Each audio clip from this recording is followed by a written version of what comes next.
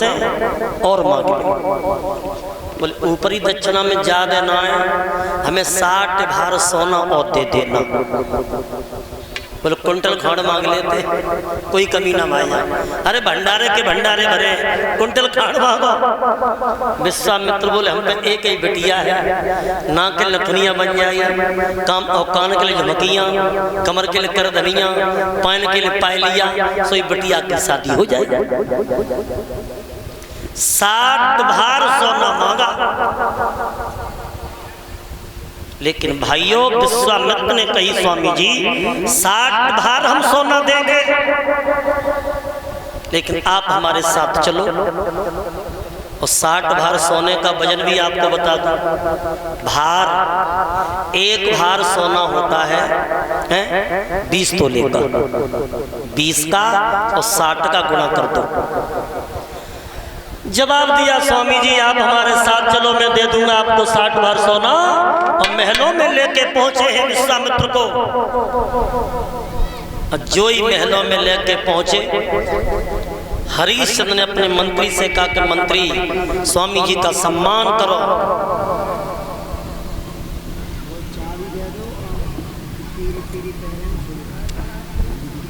जैसे सम्मान की बात आई है,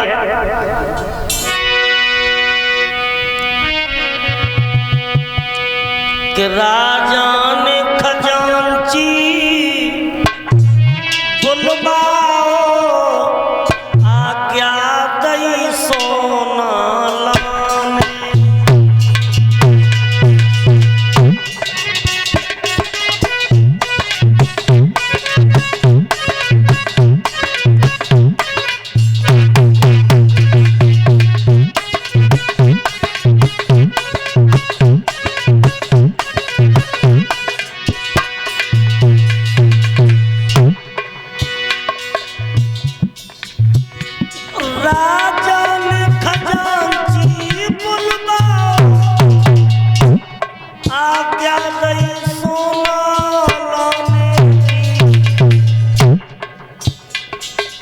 विश्वामित्र ने मुस्का के अरे कहीं कहीं बात ठिकाने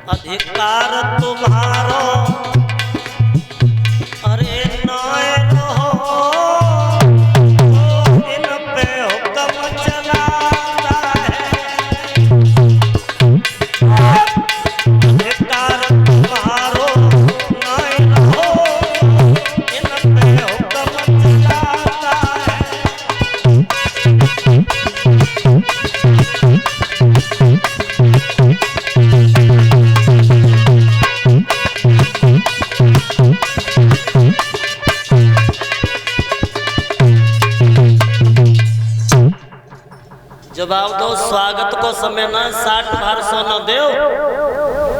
हरिश्चंद्र ने कही खजांची खजाने में से 60 भार सोना स्वामी जी को दे दो।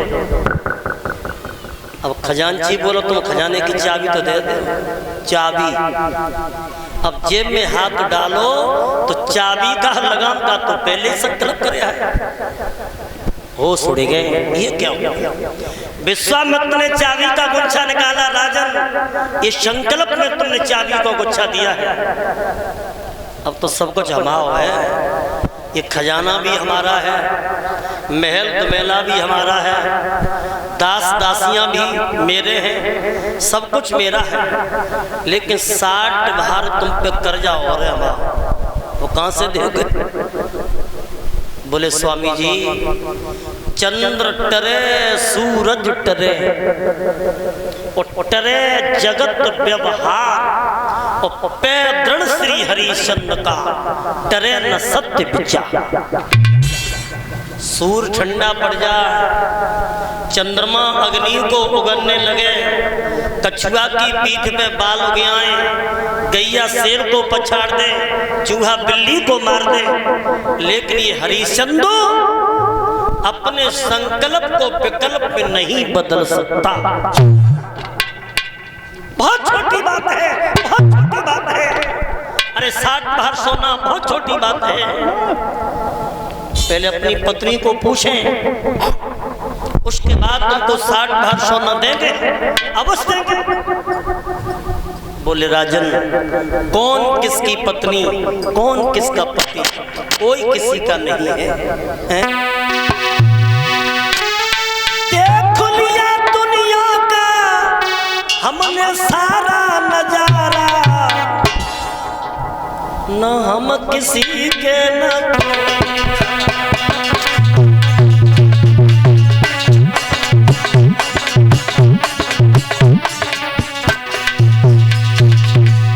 दुनिया मतलब की है परीक्षित महाराज। मतलब का जमाना है, जगत में मतलब को व्यवहार, पुत्र कमाई करके लाभ है तो मैया करती प्यार। पिता का पिता कहता है कि लला पूत सपूत है, अकलमंद होशियार, होशियार ताश में दाम कमाए के दे दुनिया मतलब लला बहुत होशियार।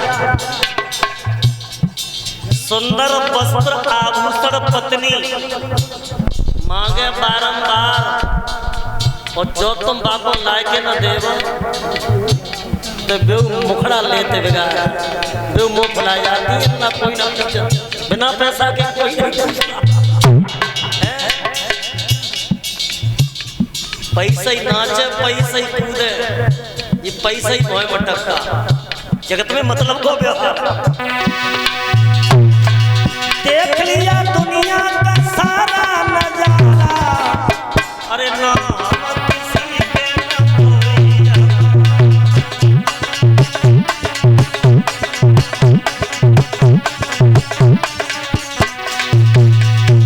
मतलब से भैया भैया पुकारे,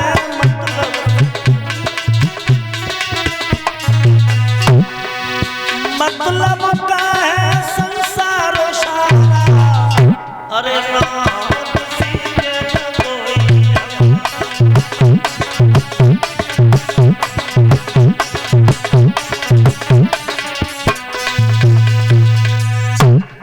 लला पति पत्नी भाई बंधु कुटुंब कबीला कोई किसी का नहीं है। बोले गुरुदेव हमारी पत्नी तो बहुत प्यार करते हैं। बोले बेटा देह देह के नाते हैं, तुम पत्नी की बात कर रहे हो, अरे पत्नी पे तो कभी विश्वास नहीं करना चाहिए। बोले क्यों विश्वास नहीं करना चाहिए? तो एक दृष्टांत बताने लगे कि औरत पर विश्वास क्यों नहीं करना चाहिए। देखो हम आपको एक दृष्टांत बताएं। एक महात्मा जी थे परीक्षित महाराज, और उन महात्मा जी का एक ही चेला था, और चेलो ऐसा हो कि दिन भर तो गुरु के पैर दबाए, गुरु की सेवा करें, और जैसी रात होए तैसे अपने घर पहुंच जाए। तो गुरुजी ने कही ये चेला कैसा है, दिन भर तो हमारी सेवा करता है लेकिन रात को ना दिखाई दे। एक दिन गुरुजी ने पूछी चेला कि दिन भर तो तुम सेवा करते हो लेकिन रात को कहाँ जाते हैं? माने कही स्वामी जी रात को अपने घर जाते हैं क्योंकि हमारी जो घरवाई ना वे हमारी घरवाई वे हमारे लिए साबूदाना की खीर बनाती है, जो खीर खाए वे जाते। बोले बेटा वो खीर तुम्हारे लिए ना बनती होगी, वो खीर पहले बनाती होगी। बोले गुरुजी हमें तो शाम को खीरे रोज खाए हुए को मिलते, बड़े आनंद है। गुरुजी ने कही बेटा अगर तुम पत्नी पर विश्वास कर रहे हो तो 1 महीना हमारे पास रहो, और 1 महीने के बाद घर पे जाना, और तब देख लेना कि तुम्हारी पत्नी तुम्हें कितना चाहते हैं, कितना प्रेम करते हैं। अबे तो तुम कमा रहे हो तो पत्नी प्यार कर रही है। बोले ठीक है गुरुदेव, परीक्षा तो हो जाएगी। बोले हाँ। तो 1 महीना चेला गुरु के पास रहा, और गुरु ने कौन सी विद्या सिखाई? श्वास टांगना। अब एक एक दो दो घंटा तक वो श्वास टांगने लगे। बोले गुरुजी इससे क्या होगा? बोले इससे तुम्हारी पत्नी की परीक्षा होगी। कैसे? कि तुम पत्नी के सामने 4-5 घंटा को नेत्र बंद करके और श्वास टांग के गिर जाना और तुम सब देखिए नजारा कि कितना चाहते हैं। अब उनने विद्या सीखी तो 5-5 घंटा में श्वास टांग के ब्रह्मांड में ले जाए। एक दिन शाम के वक्त वे चले और घर पे पहुंचे तो उनकी पत्नी भैंसिया काट रही थी। सो जाके एकदम कहीं सुनते टुंडा की अम्मा पेटम पीर पेटम पीर पेटम पीर। और जन श्वास टांगी और पत्नी के सामने एकदम और जैसी गिरे उनकी पत्नी भागी और पिया की नब्ज देखी सो नब्ज रह गाय। सोचने लगी ये तो मरे गए, ये तो मरे गए। अगर हम अबे रोती हैं तो हमने सवेरे साबूदाना की खीर बनाई, सोना खाए पामी। सो पहले खीर खाए लो ताकि बाद रोए। अब वो चेला सोचने लगा गुरुजी सही कहते थे। अब वे घर में जाकर हमने खीर खूब अपोड़ी खूब खाई और आए के उनने कहा करो कि पति के ऊपर एक कपड़ा डालता लेकिन जा लड़का ने चालाकी की वहां पे एक सीमेंट का खम्मा था। तो ऐसे करके खम्मा में दोनों पैर जोड़ कर ले। अब गांव के लोगों ने कही भाई इसकी मट्टी खराब हो जाएगी, मरघट में लेके चलो। अब उठाए तो कांते उठ जाए कि खम्मा में बैठने गए। उनकी पत्नी से लोगों ने कही खम्मा तोड़ दो, खम्मा तोड़ दो, ज्यादा समय नहीं लगाओ। उनकी पत्नी बोली खम्मा मत तोड़ो, मिस्त्री 800 रुपया लेते है, 4 दिन में खम्मा बना हुआ है। अब खम्मा को मत तोड़ो, ये तो मरी गए सो जाके जरेंगे। सो इनके दोनों घोटने पे तो गोड़ कटवाए। अब गुरुजी सोचन लगे, वो चेला सोचन लगो कि गुरुजी सही कहते थे। अब वे कफन में ते मुलक रहे और गड़सा लाओगे और काटने की तैयारियां भाई। सोए वे उठ के बैठ गए, जिंदगी मारे दे तो। उनकी पत्नी पास में आई और एकदम सैया के पैर पकड़ ले, पिया मैं तुम्हें कितना चाहती हूँ, कितना प्यार करती। सो आगे बढ़ के तलाक सीधा गाल पे तमाचा दिया, नाला की बच्ची। आज हम समझ गए कि औरत पे कभी विश्वास नहीं करना चाहिए। लला बात मानो। हरिश्चंद्र बोले स्वामी जी हमारी पत्नी बात मानती है। तो बोले जा, हमें तो 60 बार सोना चाहिए। पत्नी के पास में पहुंचे हैं भक्तों, जैसे अपने पिया को आता हुआ देखा।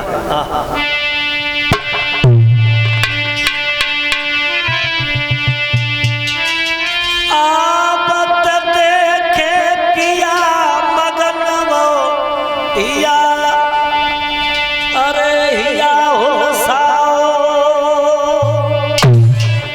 बड़ी खुश है।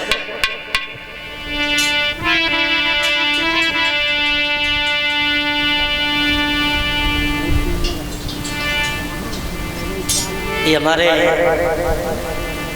पास में जो पीताम्बर आया है, 1 से 1 रुपये हमारे मोलू भाई नगला श्रीधर से पधारे हैं पंडाल में। भ्राता जी ने हमें सम्मानित किया है, स्वागत किया है। धर्म क्षेत्र में इनके हाथ आगे के लिए बढ़ते रहें, ये कामना करता हूँ भगवान से कि प्रभु हमेशा समाज में आदर और सम्मान हमारे भाई को मिलता रहे।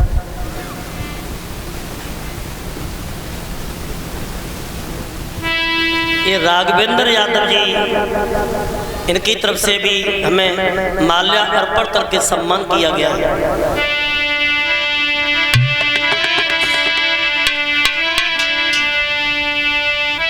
आप देखे पिया मगन भौजिया हियो साओ, पंखा ढोलक प्यारे रे के पलंग दलावा।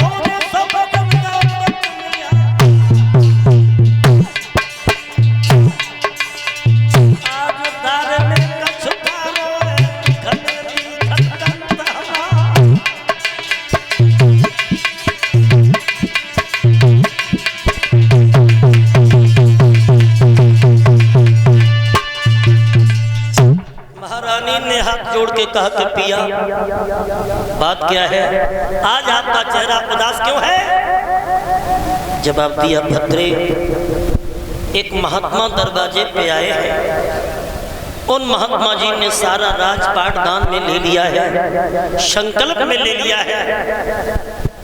साधु आवे द्वार पे बाको जो न करे सम्मान, पुण्य घटे 100 जन्म के ये कही रहे वेद पुराण।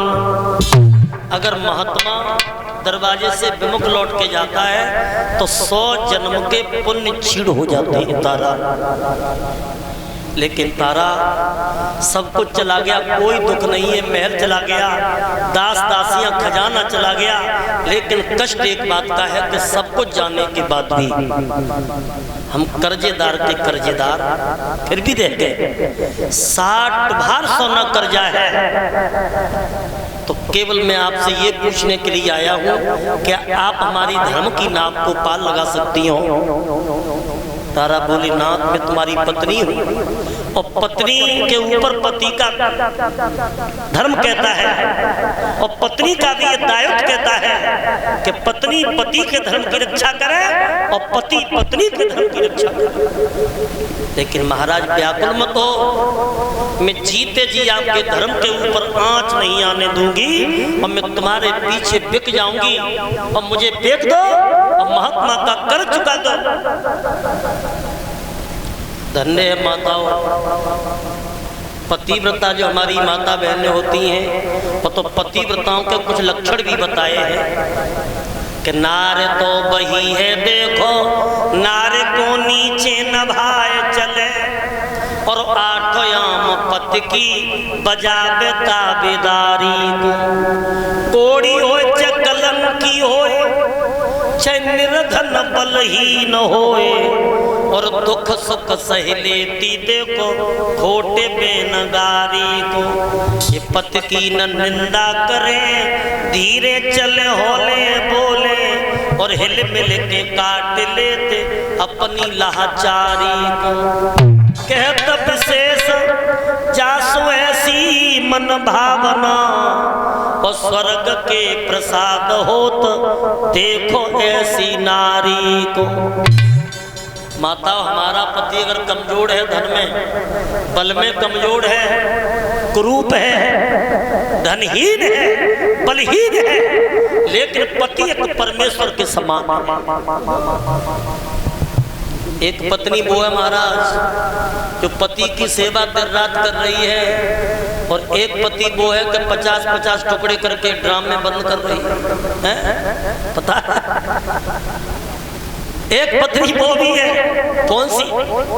कि आवत ही घुर्राए परे, और श्वास ले जैसे नागिन जानो, बिना बात बच्चन को मारे, सास नंद में ठोके फानो, और दंत कराल मसाल से देना, बिखरे बाल भयानक जानो, और कहीं विशेष ऐसी राम बचाइए, और नारे नाए जाए नाहर जानो। लेकिन तारावती पतिव्रता थी, कहने लगी, नाथ जीते में तुम्हारे धर्म के ऊपर आंच नहीं आने दूंगी, आप मुझे बेच दो। हरिश्चंद्र सोचने लगे, मेरे पीछे मेरी पत्नी तारा बिक रही है। रोहितास ने कहा कि पिताजी धर्म के पीछे मुझे भी बेच दो। हरिश्चंद्र समझ गए कि अब एक ही उपाय है, अगर धर्म की रक्षा करनी है तो हम तीनों बिकेंगे, मेरी पत्नी, मेरा पुत्र और मैं। और स्वामी जी का कर चुक जाएगा। धन्य है ऐसे पुत्र को, धन्य ऐसी पत्नी को। हरिश्चंद्र की आंखों में आंसू आ गए, आज धर्म के पीछे मेरी पत्नी, मेरा पुत्र बिकने के लिए तैयार है।